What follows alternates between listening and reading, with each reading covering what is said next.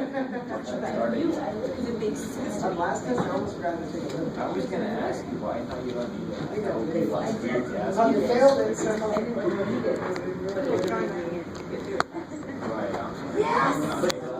Yikes! You're all drunk.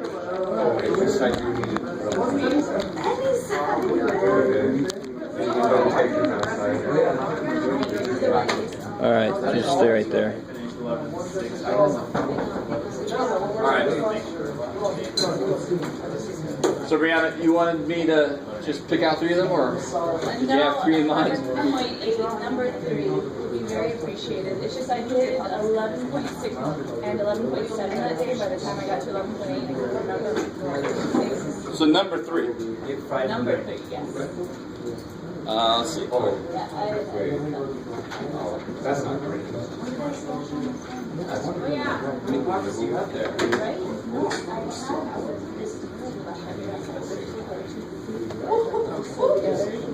Alright guys, so this one says find the radius of convergence and the interval of convergence. Yeah. So the rock and the IOC. What's ROC? Oh. You're kind of trying to say What's up? the rock and ion. Am I proud of it? Yeah. You should get Sure. sure of it. I am proud of it.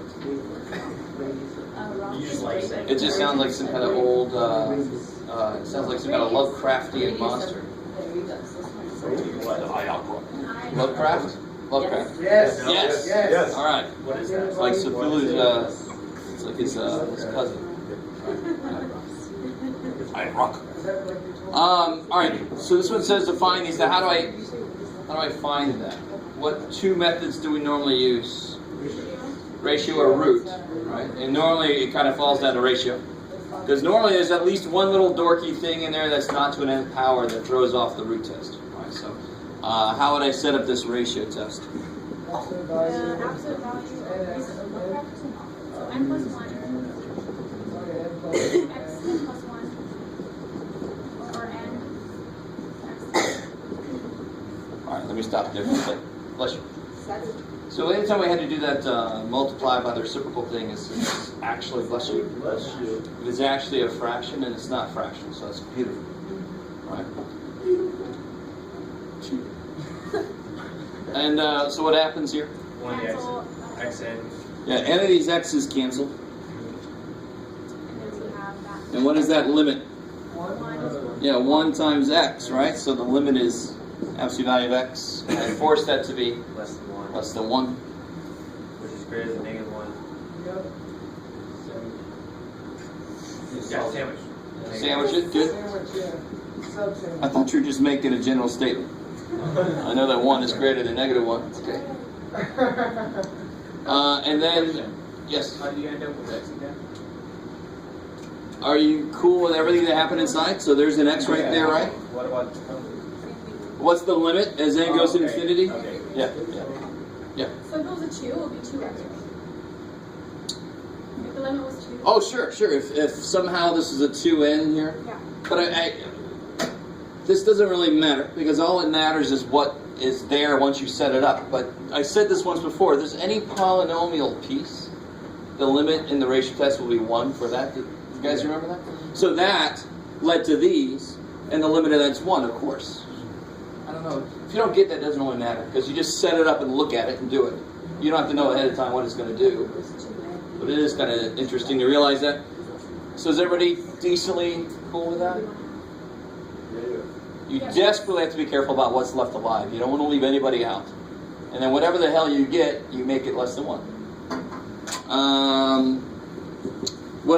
So I'm done. Yeah. Check your endpoints. I got to check my endpoints, yeah.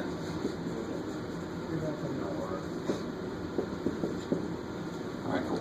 Alright, because ratio test is only good to something that's not 1, right? So it's got to be less than 1. So at 1, I don't know what it's doing. Because ratio test says less than 1 it converges, greater than 1 it diverges. And then we go, what about 1? Doesn't know. So if I do, how do I check the endpoints? What do I do? Yeah, so if x is negative 1, my series is actually what? the negative one is canceled Sweet. out. Right? Whenever this guy's negative, so is he. Whenever he's positive, so is he. So together they just make one. Right? And what's the resultant series going to do? Diverge. Totally. You guys got it? And of course, it should be quick to realize. Now, let me just stop there. Is everybody cool with that so far? Yeah. You got to understand this basic process. You attack it with the ratio test normally, maybe root test if you're lucky enough that everything is to an nth power, you can write it that way. Right? The results, you make less than 1 because you know that's going to mean it converges. So we force it to be less than 1, and then we have it tell us what x's make that happen. And then you check the endpoints. You throw the endpoints in, and you see what is the series if I made x one of the endpoints. So if you made it an endpoint and it didn't diverge, then it's just less than or equal to? Or? If it converged, if this converged, then I would put an equal to. It would be a bracket on my interval. Cool. I like it. So if it should be really quick to see. I almost didn't even have to write this down. X equals 1. It's going to oscillate between negative 1 and 1. Yeah, now this is still here because this is 1. It's oscillating. Does that help it? Can I do alternating series test? Would I waste any time? Not in this case. No. What would I use? Test for divergence. Yeah. The limit of n is infinity, so this series has no chance. The same way this series had no chance. Even though it's alternating, that doesn't help it because it has to go to 0 for that too. You guys with me here? Yeah. This problem needs to be easy because this is an easy example of these things, right? And the process doesn't really change. It's just the interpretation. Whatever's left here could be kind of freaky. Sometimes your limit will be 0, which means what? Yeah, that's an awesome time because then do you have to check the endpoints? You can't even get there. So how can you check them? Go check that. All right. Forever. You're never going to make... So you don't have to check the endpoints if it's infinite radius. If this equaled something that went to infinity, if this limit went to infinity, then it only works at 1 point. In this case, it would only work at 0. You guys remember that? It's what's it called?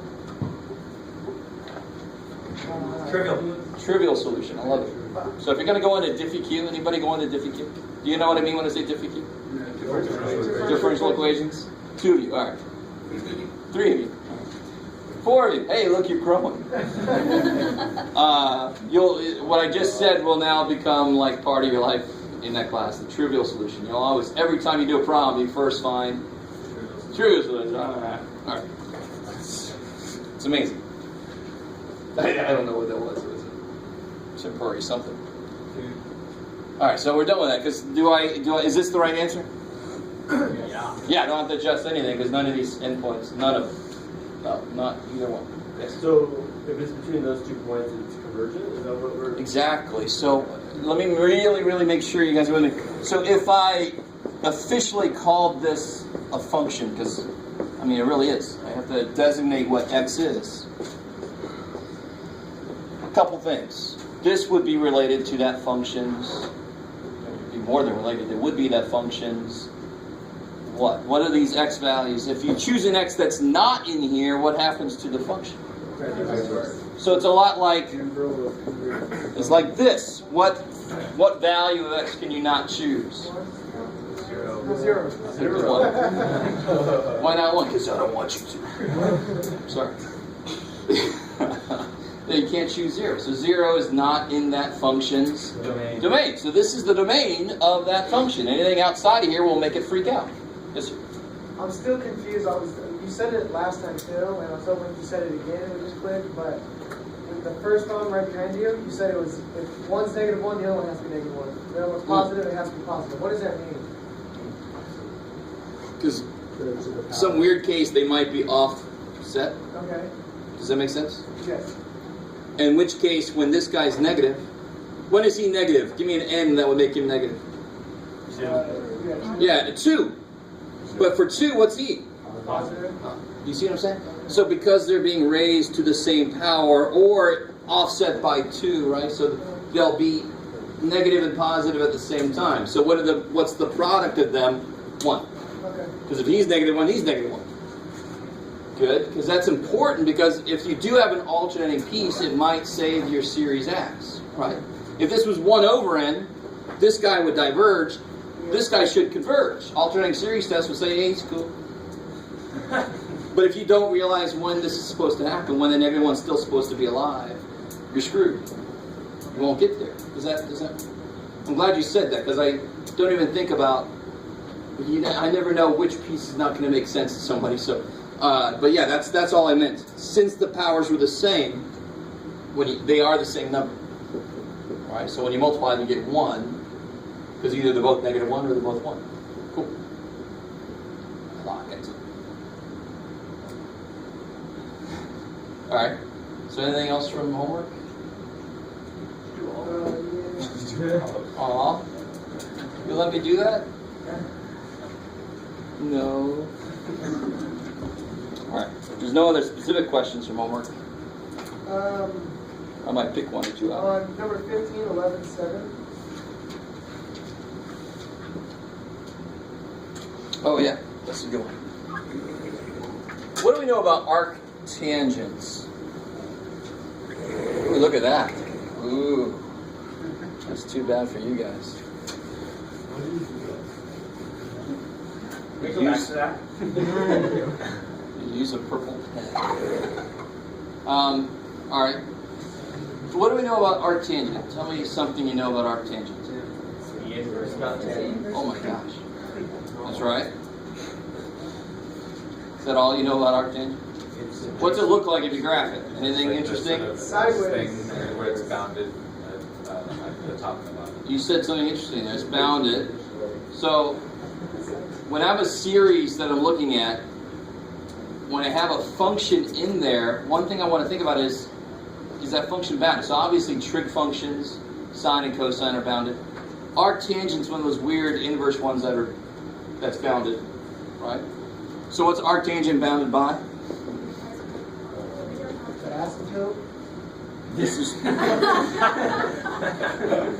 like that. Negative pi 4. So you should like give me a definition. Negative pi over 2.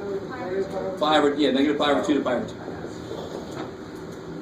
Alright, so what's important there is the fact that arctangent is finite. For any argument, it's finite. Just like sine and cosine are finite. Which sounds like something maybe, not necessarily this, but something maybe related to the idea of direct comparison. We don't actually have to go there. Maybe we should. Let's see, 15.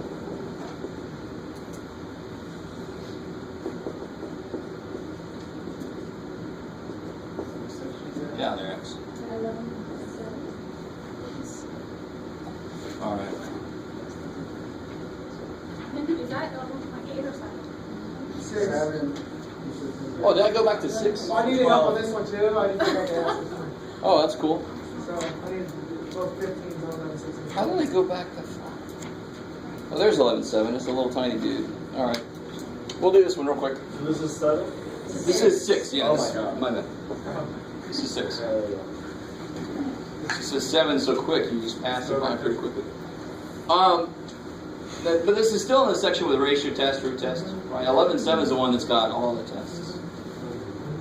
But even in the ratio and root test section, I mean, can you do root test? Would that work?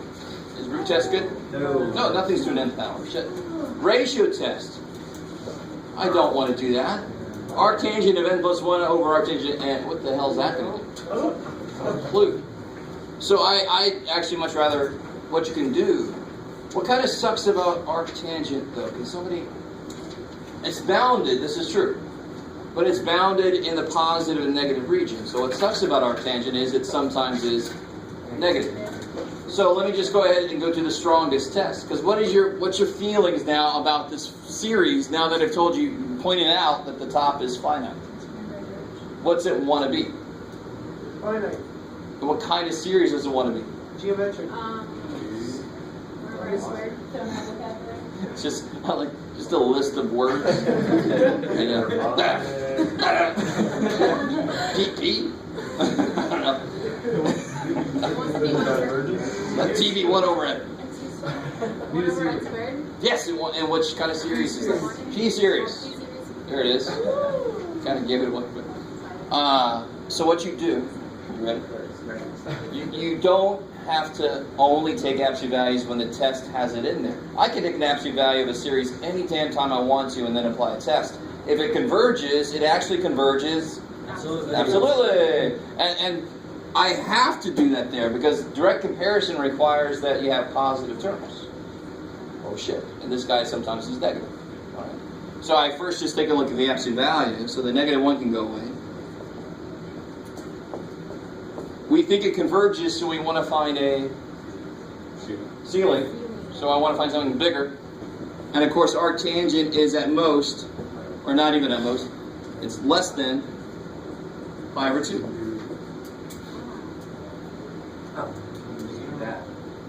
Right? If you don't like pi over 2, you can say, well, that's less than 10. Right? That's true, isn't it? Yeah. That's the crazy thing about inequalities. As long as you don't take too big of a step, which we talked about before, the number at the top is still finite. It still has the idea of the original series in it. But now, obviously, that does what? This converges. P greater than 1. Therefore, you ever seen those? You ever seen that? Yes. Okay. Right. It's not the predator like laser thing. So, therefore, that's what that means. That means therefore. Believe it or not, it's like math braille. I don't know what that's supposed to be. Therefore, our original series, negative 1 to the n, arctan, blah, I've already lost interest, converges. That's it? It doesn't conditionally converge, or No, why? The only way it would conditionally converge is if I used alternating series test on it. Even then, I'd have to check to make sure it doesn't also absolutely. So we just went straight for the strongest test because we went in knowing it's finite over n squared, wants to be P series convergent. Bam, let me do that. I know it's weird and evil that they put this problem in 11.6 because you think root and ratio test, right? I was just kind of going to ask about that. When you're in that situation and you're working with the ratio and the root test, and all of a sudden this comes out of nowhere, like, what's a good sign that you should just stop listening to what chapter you are in the book and go with? I mean, because I would have stared at that for a long time. Because if you set up, obviously the root test won't work. I don't care. You just want you to try. So That's what I attempted. you should. Not the root, but the ratio. Yeah. What's it look like when you try ratio? It would be arctan. N plus 1 over n plus 1 squared.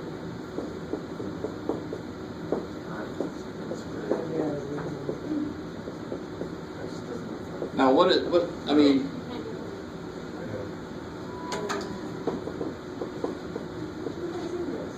Well, let's see. This actually should work. Let's see what happens. What's the limit? Let's reorganize this.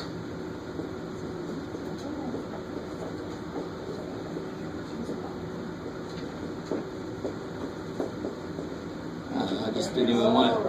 Okay. This is where the tutor lost me. This is what she was saying to do too, but it lost me. No, is this cool? What did I do? What's the amazing thing I did? I mean, are you cool with that? No. Why not? What's 1/2 times 3/4? Is that different from 1/4 times 3/2? I mean, product doesn't care what order it's in. Yeah. Now, Okay. so to be honest, I was a little harsh on ratio test, I guess, because I didn't even want to think about what it would look like. But this is going to work fine, because the first thing I think of when I see that is direct comparison. That's what I want to do. But ratio test will work beautifully because. And of course, the whole reason it will work is exactly what we're talking about over there. What's the limit as n goes to infinity of both of these? Pi over 2. So what's the limit of the whole thing? 1. Now, actually, this is where we get interested. This is why you've got to use direct comparison now. And what's the limit of this? 1. So what's the limit? 1. And what's the ratio test say about 1? I don't know. Okay, cool. And then you got to fall back to direct comparison. So me, I guess I just went, screw it, I'm just going to go to direct comparison directly. And you said we can't use direct comparison because it can be negative sometimes, but we did end up using direct comparison with absolute values. Are you allowed to do that whenever? Or? Totally. Okay. Totally. Yeah, I really want you to understand. If you take an absolute value of a series, because the thing you want to apply to it requires positive terms. You do. So absolute value. You put an absolute value around it, because then if it converges absolutely. If it doesn't, that's when you go, oh shit. Because I couldn't use, and actually, I mean, anyway, I'll stop there. That's fine. That's what I was getting. All right. 11, 17. And just to really showcase how weird my day's been already. After, what does it look like again? Like that. Yeah. So it looks like this. So after above 0, it's positive anyway. So we really didn't have to keep the extra one. My brain was just saying arctangent sometimes is negative, so we should take an absolute value. But it's positive where I'm looking at it, right? So I didn't even really need to do it, to be completely honest. Yeah. Because eventually. One last problem. 16 on 11.7. I got it up. I don't know. Oh yeah, good. All right, this is a good one.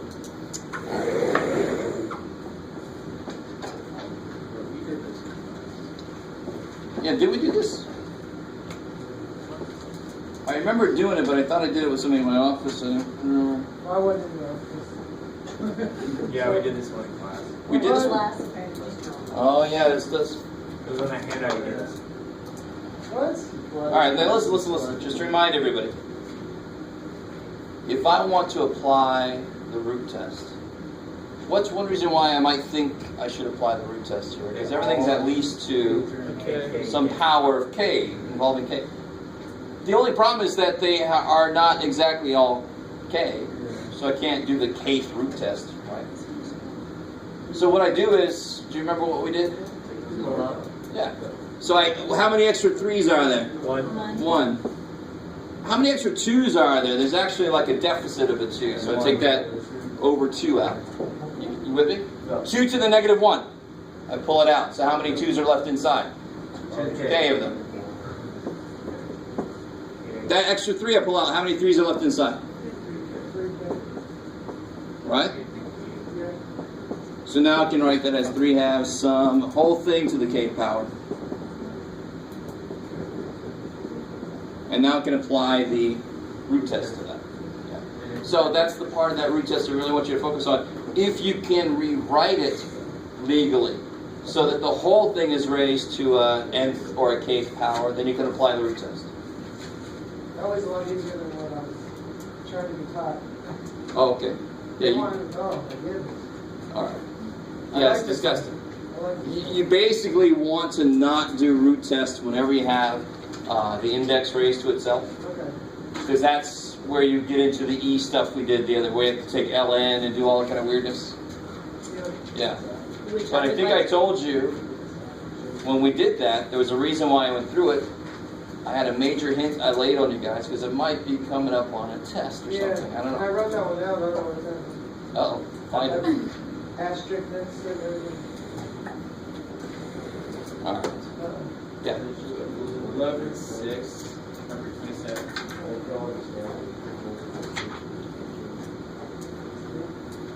Oh, yeah, okay. All right.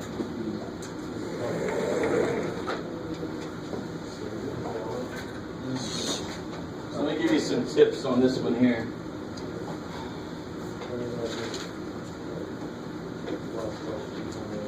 Man.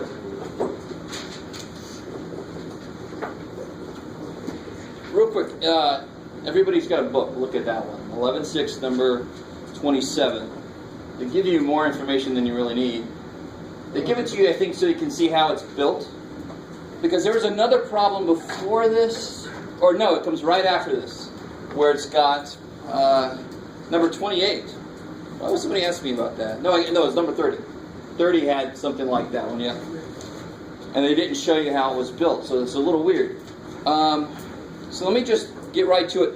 I can write the summation form of this down. Did they tell me the nth term? Yes, they did. So in a sense, they gave me more than I needed, but they were actually trying to be helpful, believe it or not.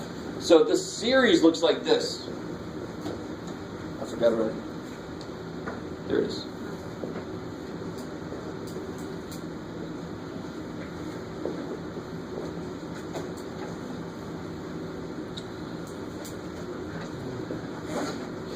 All right. Factorial, tell me, what's the basic idea of factorial? I'm going to explain it to somebody real quick. A lot of things grow fast. What's very specific about what factorial does? Multiplied by its predecessor. And how much you go down? So 1. Until 0. One down until you get to 1, right? So if you had 7, you do 7 times 6 times 5, you step down by 1. Can't you extend the idea? Unfortunately, we haven't developed, or we could create one in here, a symbol that means start at 8 and then multiply by 6 and then multiply by 4, go by 2, right? So this is the best thing we have. So that's what this means. It would start at 1, and then the next element would be 1 times 3. And the next would be 1 times 3 times 5. You guys kind of with me? So it's like factorial that skips all the even ones. Number 30 has one that goes 5 times 8 times 11. So now it's like a factorial that goes by 3. Question. Yes? We can do a question mark instead of it. Yeah, that's what I was thinking. But how do you indicate, well, you can indicate the, maybe we could do something like 2n minus 1 question with a 2. Because it means it steps by 2. There we go. Right? You want to indicate the step size. Does that make sense? Because number 3, it steps by 3. That doesn't matter. The symbol don't matter. That looks weird. Looks more like a deer. I don't know. With jewelry. I don't know. It's weird. But so now here's the trick. So how long is this list?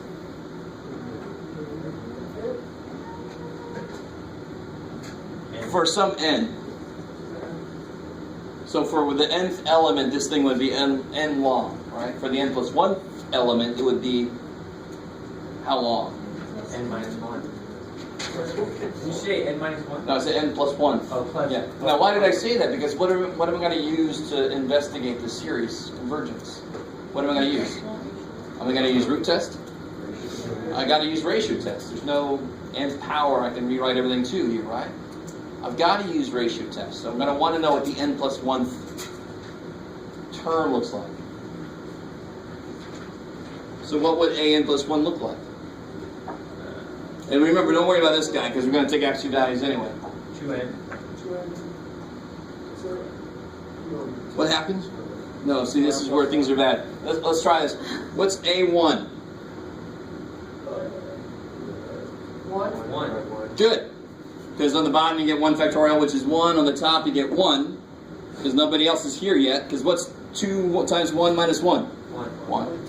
And then this, of course, is positive. What's a2? Oh, negative. 3 over 6. All right, cool. So I just want to write it out in general. You guys with me? Now what would, and then who cares? What would a3 look like? No, not there. 1 times 3 times 5 over 5 factorial? That's incredible. Right? I mean, you guys got it with me? So obviously, if I want to write the nth freaking element, it's going to have 1, 3, 5, 7, up to 2n minus 1, because those are all odd. You guys know to write a general odd number is 2n plus or minus 1? Right. To write a general even number is 2n. Right? So the nth element is what's up there. So what's the n plus 1th element? It'll be 1 times 3 times 5 times 2n minus 1 times... N plus 1. Yeah, how do you find the n plus 1th? I plug an n plus 1 in place of n. So this will be times... 2n minus 1? Oh, is this the K something? Alright, let me do this. Alright, here we go. You ready? Is this the K thing that we did? No. This is factorial, just a little bit more difficult because the step size is not 1. It's the exact same idea as factorial. What's really nice with factorial is I don't have to keep writing the rest of the freaking sequence out. I can just put an exclamation mark. You guys with me? Yeah. What's bad about this is I don't have a symbol that quickly tells somebody what it means, so I got to keep writing the whole damn thing out. That's why this feels like it's harder. But when you write that exclamation, how many terms are still left? N or whatever the hell it is, right? There's still a bunch of terms left that I don't have to write. This one, shit. I got to represent all of them because there's no single symbol that will tell me what it's supposed to do. So, AN, let's start at AN. AN is that.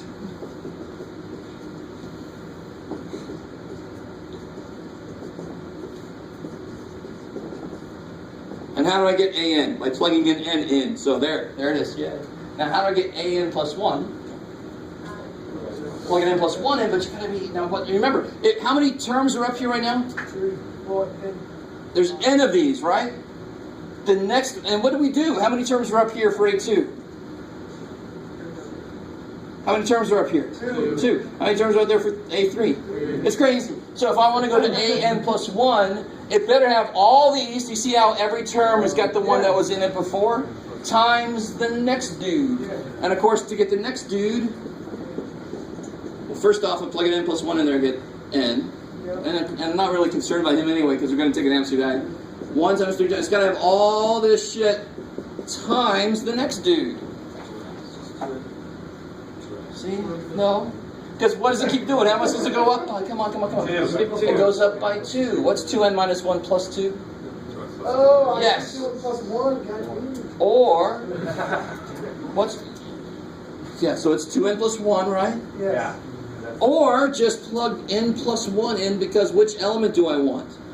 The n plus 1th element, right? So and what do you get when you plug an n plus 1 in? You get 2n plus 2 minus 1, you get 2n plus 1. Either way you look at it, you get the right thing. But these better be separated by the right amount. Whatever the step size was that was set up by the earlier elements, right? Factorials, much easier. Why? They step by 1. Of course they're going to be easy. Plus they got a symbol. These poor dudes, they're out there, rallying somewhere. Give us a symbol. Who are they? You guys kind of with me? So that's why this is hard. It doesn't have a symbol to do. It steps by 2, so things are going to be weird. I just wrote it out wrong. I wrote n minus 1 plus 1. So what's on the bottom? 2n plus 1 factorial. That's great. Yeah, now once we establish that, that's nice. All right? And you can see that here with the first few, we did 3, 3, 5, 5. That's why it's good. Even if it doesn't ask you to, it is good to write just a few elements out. Especially when you're like, I don't know what the hell's going on here. Just write a few elements out. Just to kind of get a feel for what the hell this thing is doing. Yeah. If the factorial is going by 1, why isn't that 2n? Like why? It's not the same as the. I love it. Now watch. You ready? Yeah. Are you totally cool with this? Because when n is 2, yeah. What do we get? 4 minus 1 is 3. And are you totally cool with that? Yeah. So from one element to the next, what the number inside the factorial went up by 2. Right. Now that doesn't mean it. When I go to rewrite this, I don't rewrite that as 2n plus 1 times 2n minus 1. No, because what's a factorial do? Goes down by 1. So if I rewrote this, broke it out, it'd be 2n plus 1 times 2n, like always. You with me? Yeah. So this was not anything to do with this poor dude. He's sitting out there just like, I ain't got nothing to do with that shit. That's his own thing. Right? So whatever's inside does what it's going to do. Now when I go to apply the factorial, then I better go by 1. Hell yeah. It's a good question though. I like that because it's weird. You got to keep that separated. That's why I'm not doing 2 different things with factorial. It can only do one damn thing. But I'm looking at the inside expression. It's doing its weird shit. Right? So if I had a 7 there, hello. You guys if I had a 7n minus 1 factorial, that was an. What's an plus 1? 7n minus 6, or 7n plus 6. Yeah, you play n plus 1 in, or it's got to go up by 7, so it's 7n plus 6. Yep. But then when you go to break this out, it would be 7n plus 6, 7n plus 5, 7n plus 4, 7n plus 3, until you get to him. Oh shit. So you're going to collect a lot more stuff at the front end.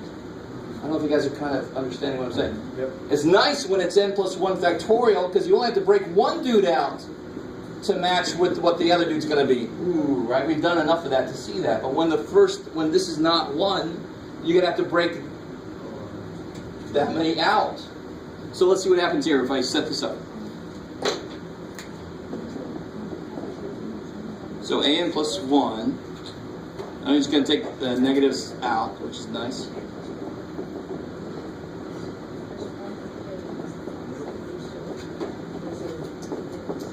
Times. And you guys, one thing that is, this is nothing at all like math induction, but I do want to point one thing out. You do want to capture the previous thing, because you'll see why in a second. You do want to write a couple of terms out for the next term, for the n plus 1th term, so you can see how it interacts with that nth term. So if I write that over here, I'll get the original dude reciprocated, right? So the bottom going to have 1 times 3 times 5 up to 2n minus 1. And if I don't put that there, I might not really fully realize. What I always get is somebody doesn't put that there and they just go bam bam and they have both of these still here. All of this shit should cancel, right? Because it's all contained. All of this is here, so it better cancel with all that. We stop there for a second. I love this question because of the fact that it happens a lot. It happens in the homework, it happens in real life, it happens on tests, I've heard. Alright, this kind of thing where you have a different coefficient inside that factorial. Or you have something defined like this. Sort of like factorial, but it's not as lucky to have its own symbol. Alright, good. Some of you guys look like you want to hurt me, maybe. Somebody. Yes? So, when you like break the bottom part, the 2n plus 1 factorial, you can make it 2n plus 1 times... You have to. Yeah, what do you have to do at the bottom if you want to start breaking it out? It's 2n plus 1. 2n minus 1. 2n. Because what does factorial do? It always goes down by 1. Now I'm applying the factorial. How did I get here? Nothing to do with factorial. I did what the inside wanted me to do to get there. Now I'm applying the factorial. Factorial, very single-minded. Multiply the next one now. Multiply the next one now. Multiply the next one. All right? Cool. Exactly what it's on. So that step only applies when you're trying to find the n plus 1 term? Where you go like... Oh, yeah, where you do like minus 1 and then plus 1. Yeah. Or minus 1 and then plus 6. It all depends on what that is. So that's when we're finding the limit, that has nothing to do with it? No, now you're doing the factorial. Right? Yeah. And of course, what would be next? 2n minus 1. And of course I stopped there because that's what's, get over there. That's what's up here. So can you imagine if that was a 3, I would have had 3 terms in front and then I would have stopped. If it was 7, I would have had 7 terms in front and then I would have stopped. It's very important because it changes the degree of the polynomial on the bottom, which totally has to do with what the limit's going to be, right? So if you leave some shit out, you're like, why is that important? You got to say, well, because it changes your degree totally. You're going to think it does the wrong thing. Yes, sir. I guess I'm confused. I haven't written everything down yet. On that part where, how from the original problem it was 2n minus 1 factorial, and then you got to 2n plus 1 factorial. On the next step. So how do I get to the... Yeah. That's this here. And we looked at it a couple different ways. You distribute the 2 minus 1. Yeah, but how does the numerator... See what I'm saying? How does the numerator over there... How is it 2n minus 1 factorial instead of 2n plus 1 factorial? This is the n plus 1? Yeah. The n plus 1 times the reciprocal of an. Cool. And up here I've got 2n plus 1. So what happens? Those cancel. 2n minus 1 factorial. Those cancel. So I end up with the limit 1 over 2n, which is... What's the limit? 0. Yeah. So you see, this is where you gotta be careful. I understand when you say harmonic, but this is not a series right now. It's a limit. I'm just taking a limit. And it's not 1/2 because they're not equal degrees, right? So be real careful with that step. And what the hell was this whole thing we just did? Ratio. So 0 is, which means that my series I started with way back somewhere. Absolutely converges. Yeah. Ratio and root test both have absolute values built in. So they will always absolutely converge. So ratio, root test, and anything where we use this absolute value is always going to be absolutely. Yeah, so you can always check for absolute convergence anywhere you want. Not that I feel the urge to now, but I don't feel like we practice too many things that were conditionally convergent. Most of the answers on the homework were absolutely. Some of the ASTs were. Totally in that section 11.5 was the alternating series test. You should have gotten several that were conditional. Yeah. Do we need absolute values on any of that? I did. I used it to kill this piece. Yeah. But we don't need to put them like off. Yeah, why don't I need it after that? Because there's no They're all negative. positive. Yeah, and of course with what we're doing now, why do they have to stay in? Because there's an X inside, I don't know what the hell it is. Right. So I got to keep the absolute values in it. Cool. Alright, so let's get back. Let's try one of these, I'm not done with it. It was, on that worksheet, there was a similar one. I have my worksheet now. the 11.8 worksheet. I think it was a section, it was number 17. I believe it was 11.8. It's like the worksheet of problems. Well, The page of problems. Oh, you mean on the... that worksheet right there, Yeah? the top is the exact. I'll just show you. Yeah, let me see it, because I don't think I have any more of those. I mean, there's something similar that I believe you do the same process with. Oh yeah, exactly. Exactly. I don't know. That's what I'm looking for. That's the one. All right.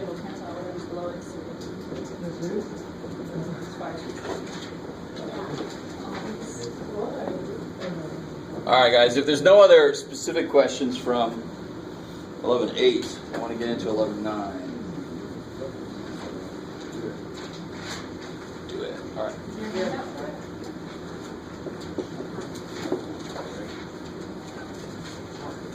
I'm going to do it in a little different order than what the book does.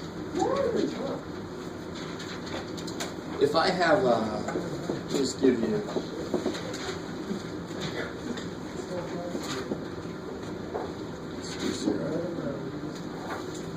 Oh, let's see. Sure.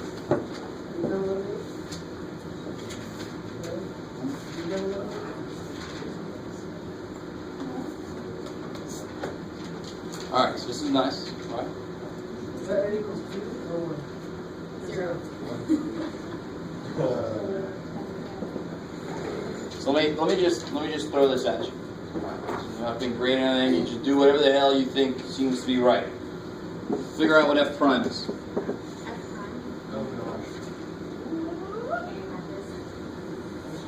I don't even. It's like Family Guy.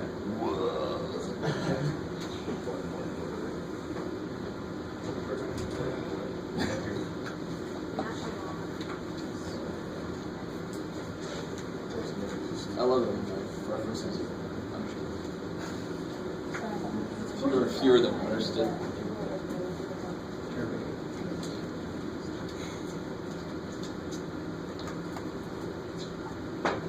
All right. If anybody's writing out the series elements, you don't have to. But that actually is a way to do this. You can actually work directly with summation notation. Now remind me real quick. If I had an integral of the sum of several things, how would I integrate that? Each piece. You would kind of, not distribute, but you would bring the integral into the sum, right? Right. So the same thing with if I don't know why I just went to integrals, because we're going to integrate this sucker too. But if I wanted to take the derivative, I would take the derivative of each piece, right? So I sort of put the derivative inside the sum. This is exactly what we do. The derivative of this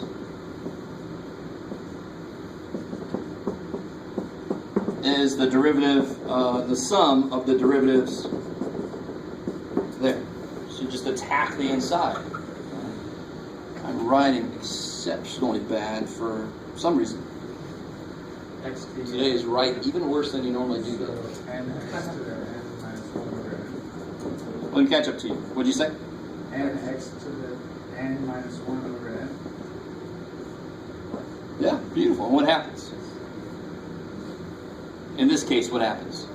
Why would you do that? You're considering n to be a constant? No.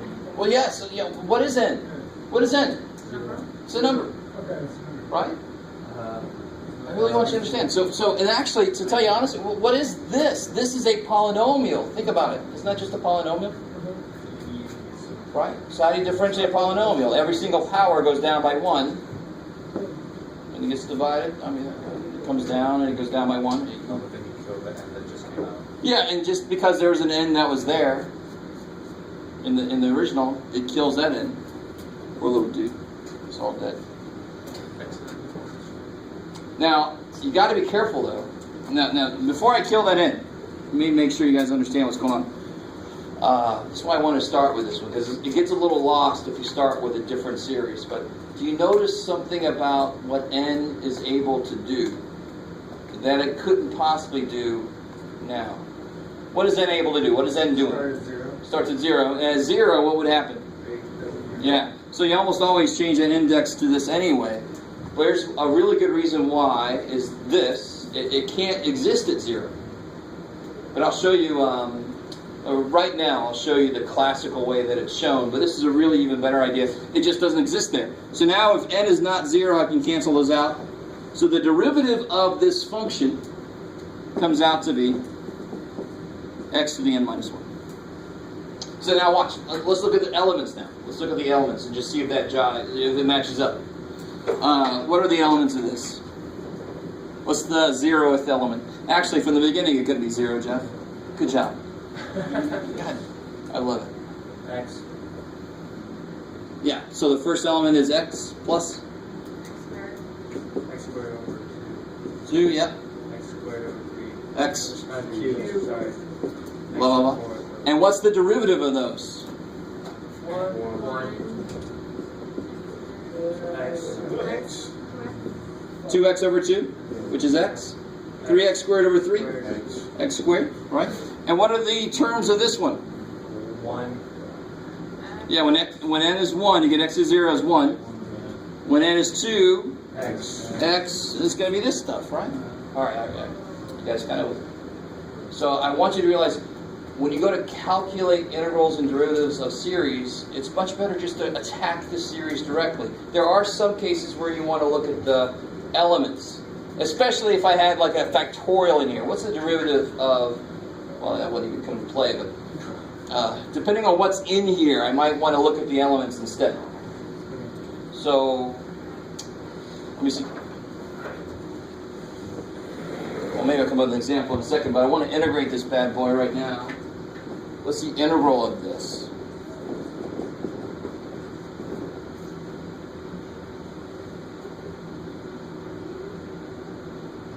So how do you integrate this? How do you think? I pretty much already told you. Thankfully, X plus 1 over X squared. yeah, it works the same way as we might hope.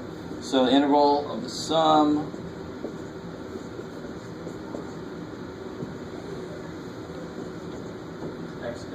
x to the n plus 1 over n times, no, you divide by the new power, right? Oh, okay. Yep. Oh. Oh shit, it's still there. That's what I was doing. So that's going to become important because we're going to see in a few problems you got to figure out what C is. Oh, no. Right. Totally. And it won't be anywhere near as hard as it sounds like you think it will be. So don't freak out. Don't forget about that. Forget about other things.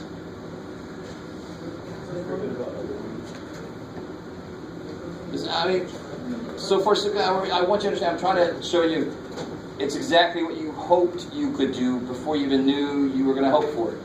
Just take the derivative. You take the derivative of the form of it. It's awesome. And then just to check it, you look at the actual values, and yeah, they agree. Right? So I'd much rather integrate or differentiate all of them instead of do them one at a time. And that's what you do when you do this. And they're equally difficult. So why wouldn't you do an infinite number of things if it's just as easy to do the one at a time? That last bit, that is still a sum, right? Yes, right, sir. I just wanted to make sure. Yeah, it can't magically not become something. Thank you. But the C is out by itself. Yeah. Oh, the C is outside. The C is out by itself. Oh, good. I like it. Like any function, it would be the antiderivative plus C out on its own. Like always. Cool. All right. So I wanted to get that out there first. Now let's take a step back and we keep talking about I can make a function equal to a series. Right? And Taylor series are all about having a function and creating a series for that function, which is really cool. You give me any function and we can create a series, an infinite series that represents that function. Of course, what's probably going to come into play, what's always in the background, whenever I use functions for series, or series for functions, what's always in the background I've got to be careful about?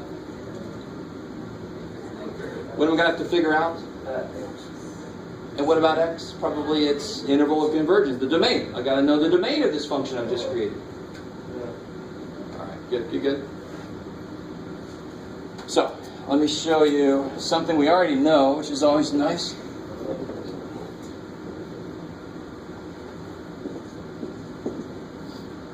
Well, let's see. So I started again.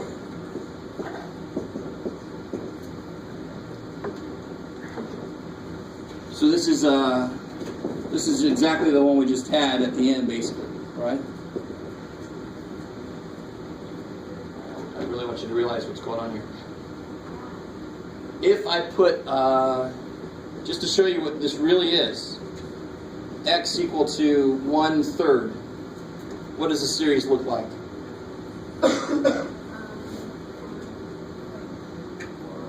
X is 1/3.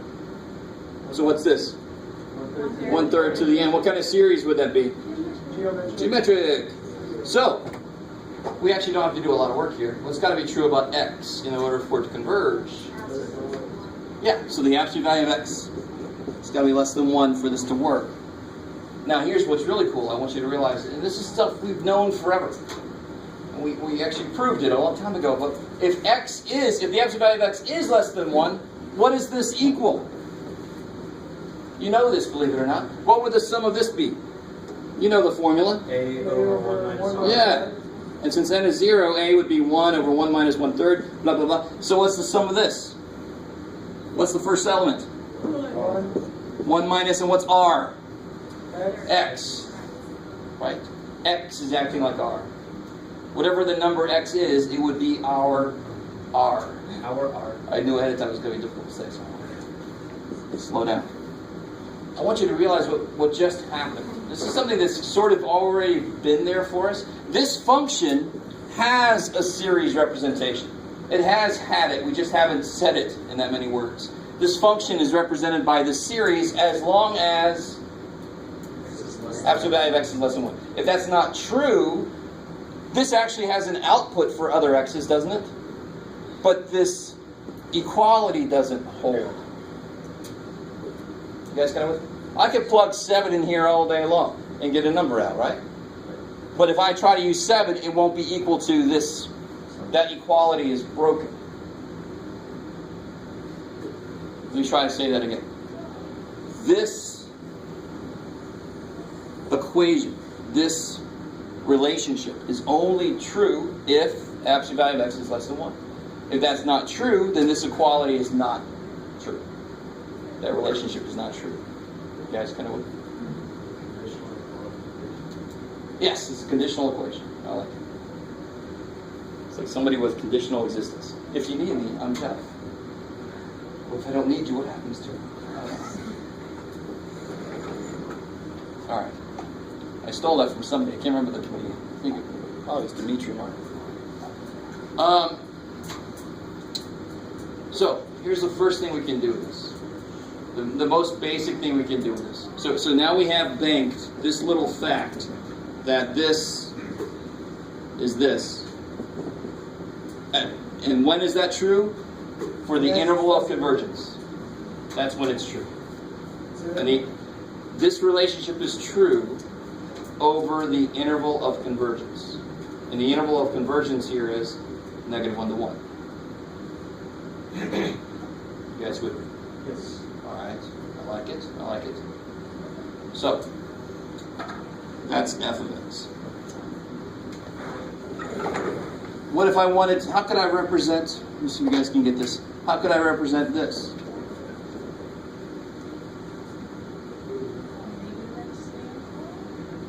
Yeah, go with it. I love it. So this is actually 1 over 1 minus what? Because the only form I know so far that relates to a series is this form. So, beautiful. Whatever the hell they give me, if I can write it in the form 1 over 1 minus stuff, then I can do exactly what this says. Plug stuff in there. Because that's exactly what this says. If the negative absolute value of x is less than 1. So let's see. Okay, negative x. So this is equal to the sum. Negative x to the n. There's no absolute value there. Right, but for r is what I was saying. And how can I tease that out so it looks a little bit more like what we're used to? Negative 1 to the n. Beautiful. There's that alternating piece that's all like inside right now. Let me bring that out.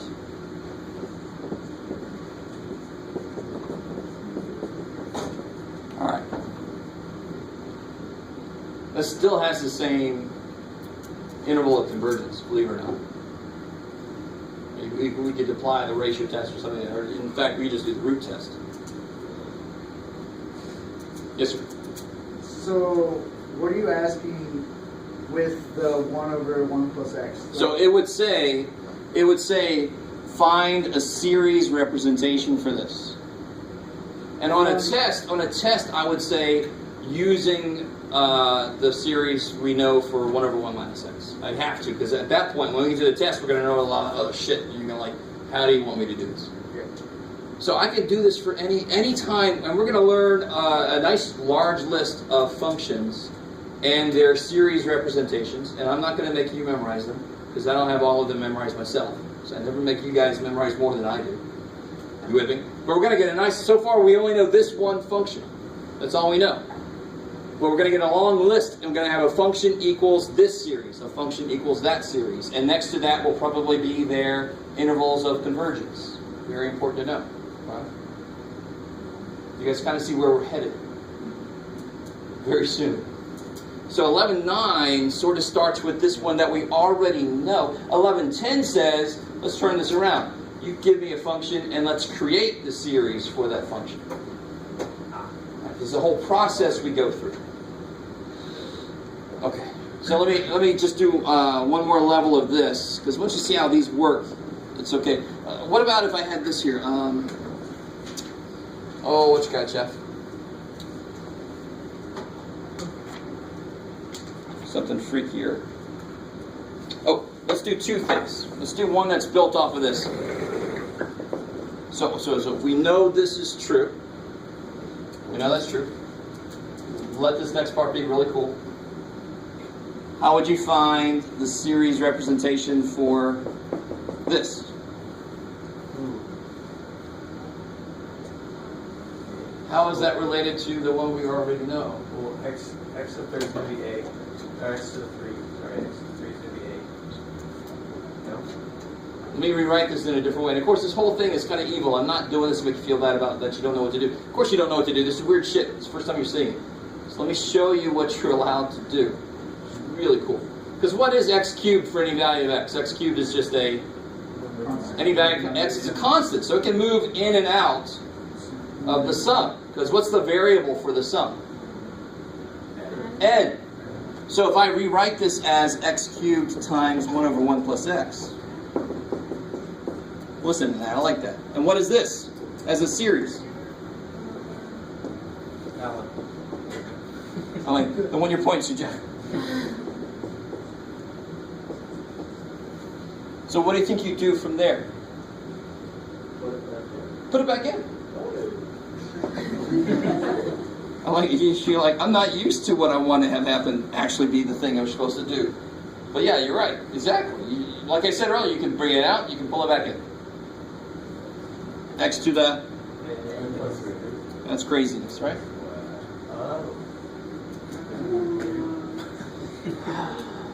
What? Alright, so there's that one I wanted to show you. Where's the other one? This is a lot to take in one day. What's that? This is a lot to take in one day. A lot to take in one day? You'll be alright. Here we go. I want you to realize what you need to fill in are all the things you're allowed to do. Like that one little piece I want you to do. Once I say it out loud, you guys realize, well, of course I can do that kind of thing. But before I say it or show you, you're like, what the hell are we going to have to do here? Shit. You're worried that's going to be a long-ass problem. It's a short-ass problem because it's built off of something we already did. So, going back to the idea that I can take derivatives and intervals to find other functions, right? You like this. Let's see who remembers what this is. Of course, we talked about this dude earlier.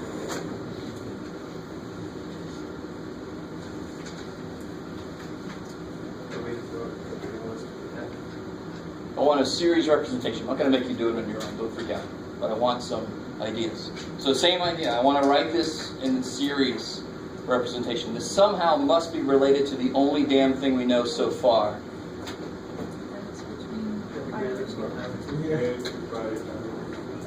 So what function is the only function we really know so far as a series? Isn't it about this? What is the derivative of a series here? What's the derivative of? Series here. A derivative of a series? Oh, it's just, it's another series. So that's all it is. So what's the derivative of a function? Another function. But are you talking more like a derivative of a function is the rate of change of that function? Is that what you're doing? Yeah, so it actually means the exact same thing. Whatever that series represents function-wise, the derivative is the rate of change of that function. So what's not normal to us is the idea in the background of all this is what we've really done, and this is what I was asking earlier. We know this. We know this is true. I forgot what it was. So we know this is true. So if, and I think on the very first page they put this, on section 11.9, page 747, so that's the first little red box, is this fact. Because this is important. This is our first function that we have on our list of functions that we know how to represent it as a series. I forgot my point. So when I take a derivative of this, I know exactly what it means. But when I take a derivative of this, what's freaky, maybe in the background of all of us, is this is 1 over 1 minus x, and this is an infinite sum of parts of things, right? 1 plus x squared plus x cubed. So it's really kind of strange to us that this is true. So let me do this then. I forgot. Let's do something concrete for a second. What's got to be true about x for this to converge, for this to be true? All right, so pick a number out that's true. Give me a value for x. Who do what? 0. All right, 0 is kind of boring. But no, let's start with 0. Let's start with 0. I like it. So we'll start with 0. So what's this evaluated at 0? Good. I like it. What's this evaluated at 0? What does this look like? It's 1 plus... What does this look like? X plus x squared plus blah, blah, blah. So what is this evaluated at 0? 1. So, let me let you sink in. At the center of the interval of convergence, notice how slowly I'm talking? That normally means it's a really good note. For the center of the interval of convergence, these will agree perfectly. What does that mean at the center? What's the center of this? 0. 0. It's the trivial. Trivial solution. So it's the thing that trivially makes that equation true. Can you say that one more time? At the center of the interval of convergence for any power series representation of a function. Holy shit. Quickly, it would be at the center of the interval, this is true. Period. If the minute you go away from the center, so let me give us a nice value, let's say 0.1. Let's say x is 0.1. Let's check this out. So if x is 0.1, I want to compare this to 1 plus x squared plus x cubed. Now let's stop there, just because we're tired, right? Now notice at 0, did I have to go forever? Yeah, I did. Actually, I went forever. They're all 0, so I added 1 plus forever zeros. I went to infinity, and I got 1. Now here, I would officially have to go all the way to infinity to make them equal to each other. So anywhere I stop, of course, and we know this already, there's going to be some kind of error. So let's see what we get if we stop here. And actually, I'll tell you what, let's stop here. Why not? This should be a very bad case. All right, let's see how close I get. The closer it is to 0, the less distance you should have to go out. The more certain you should be about your result. Interesting thing to note. And when we create Taylor series, we're going to make the center where we want it to be. Because we'll have control then. Does that make sense? So when we're creating our power series, we can let the center be wherever we want it to be. Wherever we want to be right. And we make it close to what we want to say something about. So we'll get there. So I want to know, is everybody cool with where this came from? This is f of x, and this is just the first two elements of the series representation, right? So this is an approximation to this. If I let x equal 0.1, what's this? 1 over 0.9. Sure? 10 over 9. Yeah, so it's 10/9. And what do you get here? 1.1. Yeah, you get 1.1, which is 11 over 10. Now how close are they? Not too bad, right? I mean, what is 10 divided by 9? This is 1.1. What's 10 divided by 9? Should be 1.1. 1.1 Yeah. Forever. Exactly. 1.111 forever. So is that a decent... Well, I only went out 2 terms out of how many possible? Okay, considering that, this is freaking right on. I'm sorry. I only went 2 terms out. Now, why did I only have to go 2 terms out? Because 0.1 is really close to 0. So let's try one where it's not close to 0.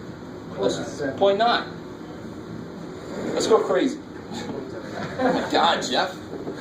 Write it in. Alright, so if x is 0.9, what's 1 over 1 minus 0.9? 1 over 1. 1 over 0.1. 10. So look at this guy. 1 plus x squared. Let's go out a few. So I get 1 plus 0.9 plus 0.9 squared plus 0.9 cubed. Let's just go out that far. Now some of you guys might realize what's going on here. We'll see. So here I get 1.9, right? And you got to keep going. I mean, maybe I went a little too far here. You'll see that this is nowhere near good enough. I've got to go out quite a few. So somebody help me out. Just you guys got calculators, right? 7.1. The whole thing is what now? No, the second, the first 3 figures added together are 2.71. Oh, so just these 3? Yeah. 2.71. So now add in 0.9 cubed. 3.439. Well, I mean, do you see this point I'm making? So this is actually something I didn't even think about saying yet, because this is a big key with Taylor series. But right now you can see it. The further you get away from the center of convergence, the worse your convergence is. Or if I went out forever, it would be perfect. The closer you are to the center, the less you have to go out. And in fact, if you're right on the center, you only have to go out 1. And when we start making Taylor series, you'll realize, you'll go, well, of course, duh. You'll see where that first term comes from. You're like, there, duh, it's got to be. But right now, what I want you to realize, the further you are from the center, the worse. It takes longer for it to go to 0. It takes longer for it to converge to the actual function value. So this series, if I stop somewhere, it's an approximation to this. If I go up to this one, we went up to the n equals 3. Right? So we started at 0. You with me? So if I stop at 3, it's an approximation to this. How good is that approximation depends on the actual value you're using and how far it is away from 0, from the center, which in this case is 0. All right. Good. I like it. How we doing? What's up? We just broke math. No, math is better than that. I can't break math. I am not worthy. Breaking math? Is that the next? You said they figured out. Is that the Netflix show? You said that the way they figured out math is they did it backwards. Exactly. So on Tuesday, I am finally going to bring you the. I think we got enough behind us because I want to show you what they would write series, infinite series, and then they would solve It's amazing. So I'm not going to make you do that. My God, it took the greatest math people of all time, and they all had to go, you need to go to the greatest one of us, because we don't know what the hell's going on. Nobody else could do this shit besides Euler. He's like, hey, look at it. At that time anyway, right? And he was born early. Alien DNA or something, X-Files. But it's just see it. I mean, all you just look at it. Don't go, oh shit. Just look at it. Just look at what happened. And so I'm gonna make you do that on Tuesday. Right? I'm never gonna. It's not even gonna be a bonus problem on test because I don't want to make anybody start to even try to do something like that because that's you have to be born math genius. Huh? When was Euler alive? I'll just make you look at it. When was Euler alive? Start with dates. I'm not a history. Hundreds of years. Most of these guys are 16. young. Okay. 16 something. Yeah. Most of these guys are young too when they figure this stuff out. Yeah, they had to be because they all died in the 30s. Actually, it's funny. A lot of the math people, if you do go to that, a while back I think I showed you. There's a link on the website that's the history of math timeline. Yeah. I don't know those dates. Obviously, I'm not a history person. I just know the people and what they do. But yeah, if you go there, a lot of them actually lived a decent life. I mean, a decently long life. Normally, people back in there, if they got to 40, they were like, "What am I still doing here?" Yeah. Because they were too busy solving sequences to go out and get stuff. Probably, exactly. Yeah. You ever wonder, real quick, how you see a lot of old people drive slow and stuff? You ever wonder it's because they do that? That's why they're old? Because they didn't die early? No. You realize that? Yeah. If they drove bad, they would have died soon. So that's why the older people drive slow, because they got to that age, because it's so like you said, don't go out the house so nothing could hurt you. Yeah, sure, yeah. Survival of the people staying indoors. Let's see. Now I forgot where I was going to go. You broke me. Oh yeah. Did we do that one yet? No. Too bad for you. You reminded me. All right. So if I've got arctangent, somebody help me out. What's the derivative? Who remembers what the derivative is? It's arc. It's arc. 1 over square root. Okay, beautiful. Now, is that related to the only function we yet know, the series form? Because I can write it in that form. And what form is that? The form we know is 1 over... Can we put it in that form? 1 over 1 minus something. Of course we can. What would that look like? 1 over 1 minus negative x squared. Alright, that was hard. How are we doing so far? Does that mean we have to plug in even numbers? No, don't even worry about that. I desperately want you to realize this is just plug and chug. We know this form becomes this series form, right? Yeah. So what does this form become? Summation of -1 to the nth power times x to the n plus. Yeah, if you just throw a negative x squared in there, right? Just throw it in there. It's awesome. This is one of the least understood things in math. You guys do this already. I was about to say, go with me, but you're like, that's all we ever freaking do. Real quick, do you guys remember sine 2 theta? What's sine 2 theta? All right. And the first time I ask my students, well, what's sine 4 theta? What do you think they say? Maybe it's the same thing you think. Hopefully not. They'll say 4 sine theta, and I can't blame them. But what does this form say? Sine of twice something is 2 times the... So, of course, if I have sine 4 theta, have I written it in the right form yet? No. So the idea of the form of something, I think, is not explicitly taught enough. So every now and again, if I remember, I'm like, oh shit, maybe I should really pull that in. Right? The form of something and how to use it. You guys kind of follow? So this is exactly the kind of situation I'm in here. How do I use this fact? This is the form. If it's in this form, it goes into this form as a series. I've got to be careful about what that means. And what's really cool is, it actually means I don't have that much work to do at first. I just got to throw whatever the hell this is, I throw it in. And like Brianna said, really good idea. Take out the negative dependence. And how do I rewrite this? X to the 2n. And that's sort of like what you were saying, but you didn't have to, right? I think you were saying about, it just happened for us. Awesome, right?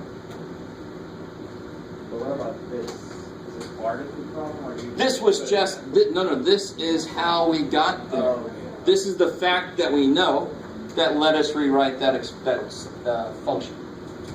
Cool. Is that still going? Yeah. Yeah. He's going to give up maybe a second. So, the only reason I took a derivative, and again, I'm going to have to, I don't want to prod you along, but to be fair, I'm going to have to give you some idea of which way to go. But it's because the function they ask me about is it in a form I know? Hell no. But its derivative is in a form I know. So what would I do to that series to work it back to what they asked me? Take the integral. Because currently this is the derivative of my answer, isn't it? That is the derivative of my answer. Therefore, I'm going to take an integral. You guys try to take the integral now. I'm rooting for you. And this is one where I can actually show you how to figure out what C is. Still don't get that part how you got to the negative x squared and the x. Oh, so are you cool with this? Okay. So you just So whatever the hell that is, you put there. That's what that says. Okay. Just like if I wrote this as sine of twice 2 theta, whatever the hell this is, that's what I put there, right? That's the analogy I wanted to make. no, it makes sense. Yeah. Thanks. So when we're taking the integral, do we have to worry about the alternating part? No, that's another nice thing. Because when you integrate negative x, what do you get? Positive. Don't overthink it. What's the integral of negative x? The negative would come out, right? What's the integral of x? And then it would have a negative on it. So when you integrate a negative thing, it stays negative, right? Yeah. Cool. So that's why that part just kind of goes for the right. It's a constant, so it would even just come out of everything. Not quite. It would come out of the integral.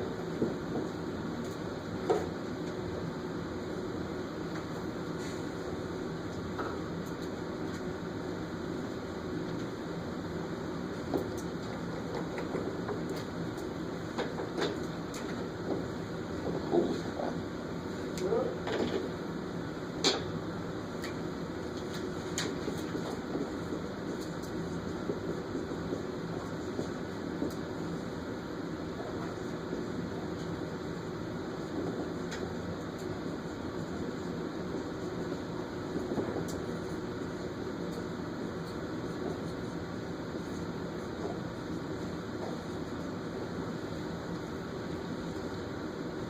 You don't have to write as many steps as I just did, but I want to make sure you understand what's really going on. This is why the answer to that question was easy, is because that can come out of the integral. So the integral is not going to do a damn thing to this because there's no x dependence. The integral only cares about x. Where's x? Let me get after it, right?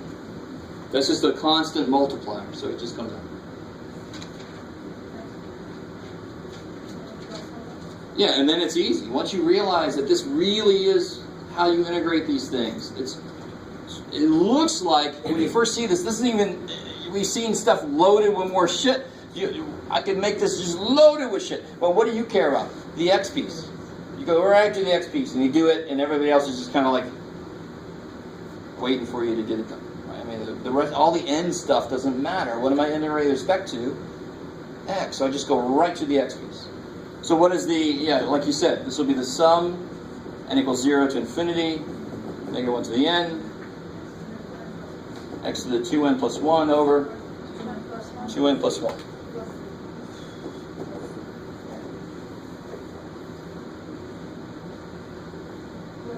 Plus c, thank you. And that is supposed to represent what again? The arctangent, right?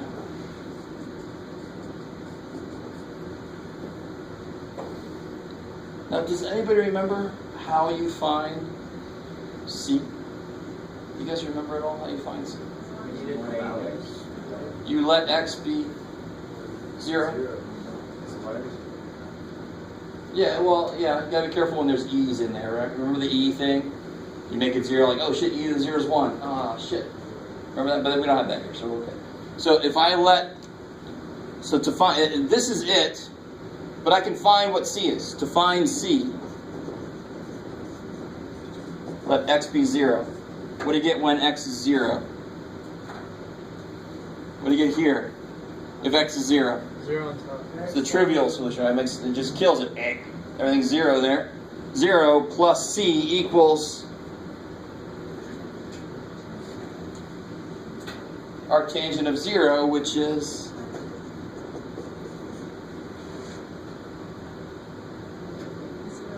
zero. Right. You think, what is tangent 0? 0. Remember, tangent goes like sine. That's what I think. Tangent's got a sign on top. So wherever sine is 0, tangent's 0. Totally. And what's cotangent do? It goes like cosine, because it's got a cosine on top. It kicks ass. And then all of a sudden, all my memorized shit kind of has other stuff that it goes with. It's awesome. Yeah, that's the only place you got to be careful about. Yeah, but it basically goes like wherever sine is, wherever cosine is smallest is where tangent is biggest. Infinite. All right, so where's cosine 0?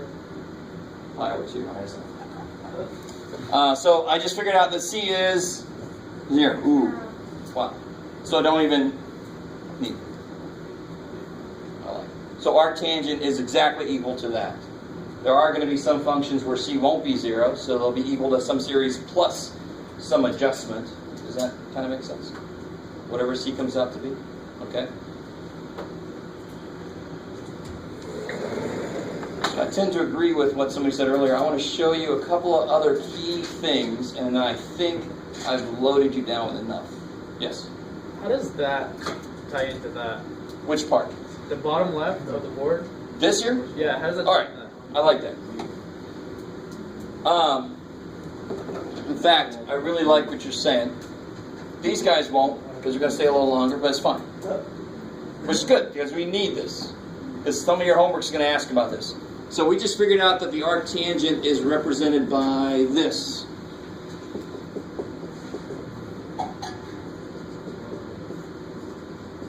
Alright, we're not going to stay that much longer, because this is really quick. What was the interval of convergence of the thing that this guy? This is the guy behind the scenes. This is the guy that we know everything about. What's his interval of convergence again? -1 to 1.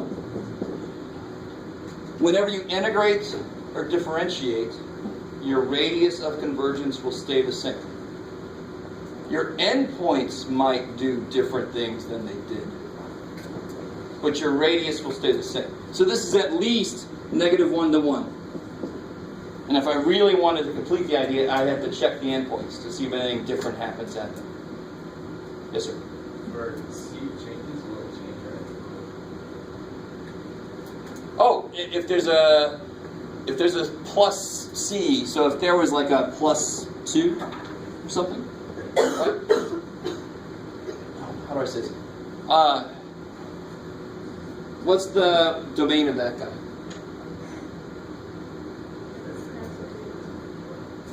From 1 up, right? If I do this, does that change that? So it's a good question, but no. So just because I put a little adjustment on the outside, it's going to change the Y, right?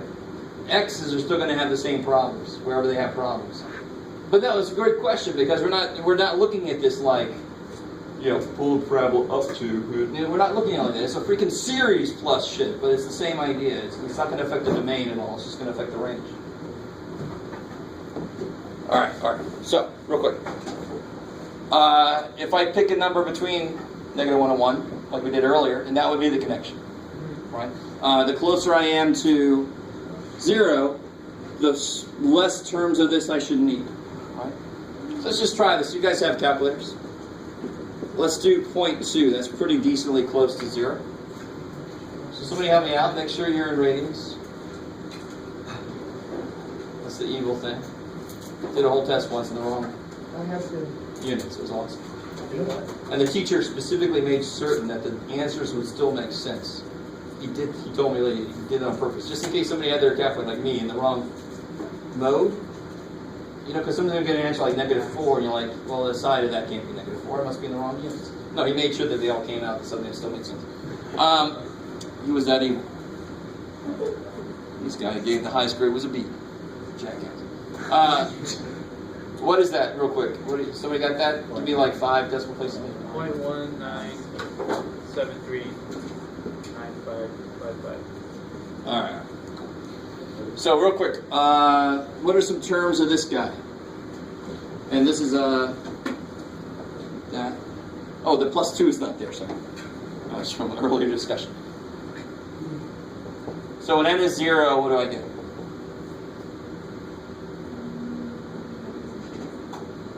You can do it. X. All right. I get X, because this will be positive, this will be X, and this will be 1. So I get X. Right? If n is 1, I get negative. X. N is 1, so I get X cubed over, oops, get out of there, all over. So what do you think the next one's going to be? That's craziness, right? And that's play. So this is exactly like we did earlier. Exactly like we did earlier. You can do this every time, and some of the homework wants you to do this. So what do I get? Well, I only went out 3 terms. I'm really close to the center, so I feel pretty confident we'll go out 3 terms. Let's see what we get if we only use 3 terms. And X was 0.2, so this will be 0.2 minus 0.2 cubed over 3 plus 0.2 to the 5th over 5. What do you get for that? And actually, I mean, look real quick, I'm sorry. Do you notice how if I go out 1 term, it's pretty damn close already, right? Do you guys see what I'm saying? Yep. Go out 1 term, and then what do I get? So these are my adjustments. So 0.2 minus something really small. What do you get at the end of that? 1973973. So it goes 19739. 733. So the first 5 places agree? That's insane. So of course it depends on the function. It depends on what the function is doing about how far can you get from 0 before you have to get like crazy amounts of the series elements in there. You guys with me? So arctangent is a relatively nice function, and it gets flat pretty quick, so I didn't have to go very far out because of the fact that this is a nice function. Some ugly function, if I went to 0.2, I might have to go like 80 places out to get something. Alright, so here's the last couple things I want to say, and then we'll get out of here.